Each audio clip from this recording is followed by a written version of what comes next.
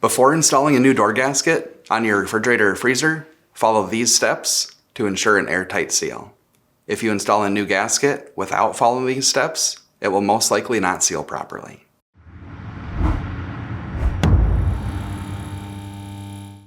If you need to buy a new door gasket, check out our website, partsdoctor.com, where we sell parts for all major appliance brands. Door gaskets are typically folded for storage and shipping, which can cause creases or kinks in the gasket.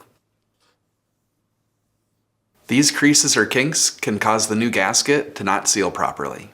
The first step in preparing a new door gasket is to unfold the gasket and lay it on a flat surface.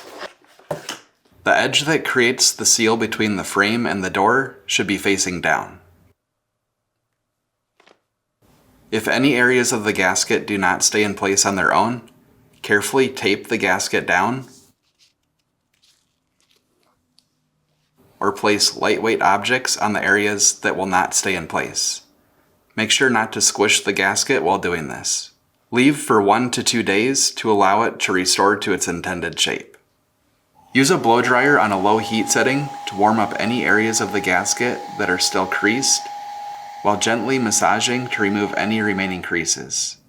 Be careful not to overheat the gasket, as it may ruin it. Alternatively, you can use a space heater or 150 to 300 watt light bulb as heat sources. Once again, be careful not to overheat or melt the gasket. Heat guns tend to get too hot, so we do not recommend using them. Another option is to soak deformed sections of the gasket in hot water while massaging the gasket.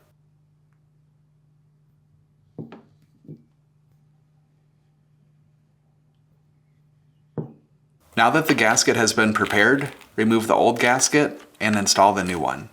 After the new gasket is installed, allow time for it to form to the door. It can take anywhere from a couple of days to a couple of weeks for the gasket to restore to its original shape and create an airtight seal. If any areas of the gasket still do not seal properly, use a blow dryer to heat up and massage those sections of the gasket. Use a piece of paper or dollar bill to identify areas that are not sealing properly. If sealing properly, the gasket should grab the paper. So that's it for this video. If you learned something new, hit that like button. And if you want to see more videos like this and these, please consider subscribing.